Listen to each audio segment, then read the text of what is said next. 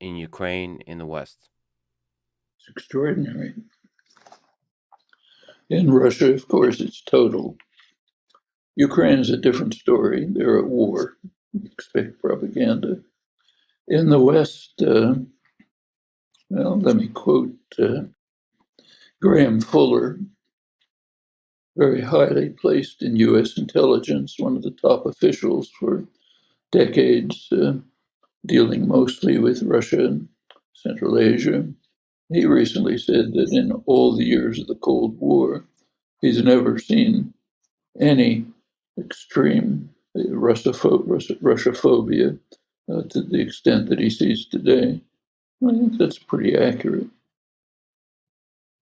I mean, the U.S. has even canceled Russian outlets, which means if you want to find out what Sergei Lavrov, other Russian officials are saying, you can't look it up on their own outlets. You have to go through Al Jazeera, Indian state television, or someplace where they still allow Russian positions to be expressed. And of course, the propaganda is just outlandish. I think Fuller is quite correct on this. In Russia, of course, you expect it. It's total propaganda. There's nothing, any independent outlets, such as there were, have been crushed. If the media is a source of inaccuracies and even lies, then how do we find the truth? I don't regard the media as a source of inaccuracies and lies. They do exist, but by and large, media reporting is reasonably accurate. Reporters, the journalists themselves, as in the past, do courageous, honest work. I've written about this for 50 years. My opinion hasn't changed. But they do pick certain things and not other things. There's selection, there's framing, there's ways of presenting things. All of that forms a kind of propaganda system, which you have to work your way through. But it's rarely a matter of straight outright lying.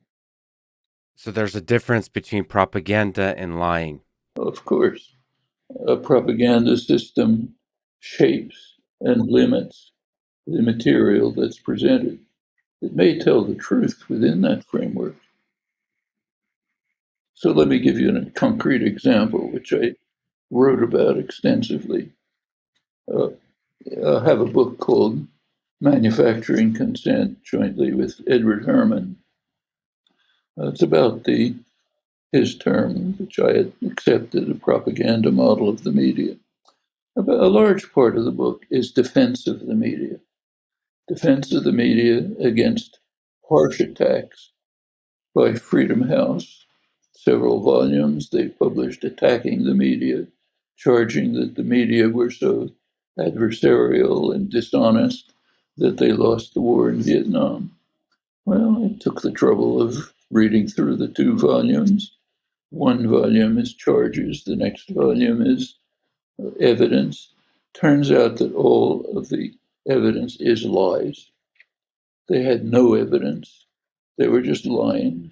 The media, in fact, the journalists were doing an honest, courageous work, but within a certain framework, a framework of assuming that the American cause was basically just, basically honorable, making mistakes, doing bad things, but the idea of questioning that the United States was engaged in a major war crime, that's off the record. So unfortunately, there was this crime and that crime which uh, harmed their effort to do good and so on. Well, that's not lying, it's propaganda. So how do we find the truth? How do we find the truth? That's what you have a brain for. It's not deep. It's quite shallow. It's not quantum physics. Put little effort into it. Think about, look for other sources. Think a little about history. Look at the documentary record. Uh, it all pretty well falls together, and you can get a reasonable understanding of what's happening. If you could sit down with Vladimir Putin and ask him a question or talk to him about an idea, what would you say? I would walk out of the room, just as with almost any other leader. I know what he's going to say. I read the party line, I read his pronouncements. Doesn't want to hear from me. Am I going to say, why did you carry out a crime that's comparable to the US invasion of Iraq and the Stalin Hitler invasion of Poland? Am I going to ask that question? If I met with John F. Kennedy, say, would I ask, why did you radically escalate the war in Vietnam, launch the US Air Force, start authorize napalm, drive launch programs to drive villagers who you know are supporting the National Liberation Front, drive them into concentration camps to separate them from the forces they're defending? Would I have asked him that? Of course not. Do you think the people who led us into the war in Vietnam, the war in Afghanistan and Iraq, the war in Ukraine are evil?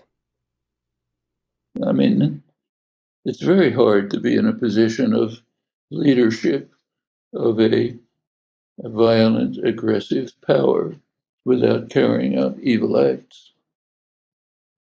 Are the people evil?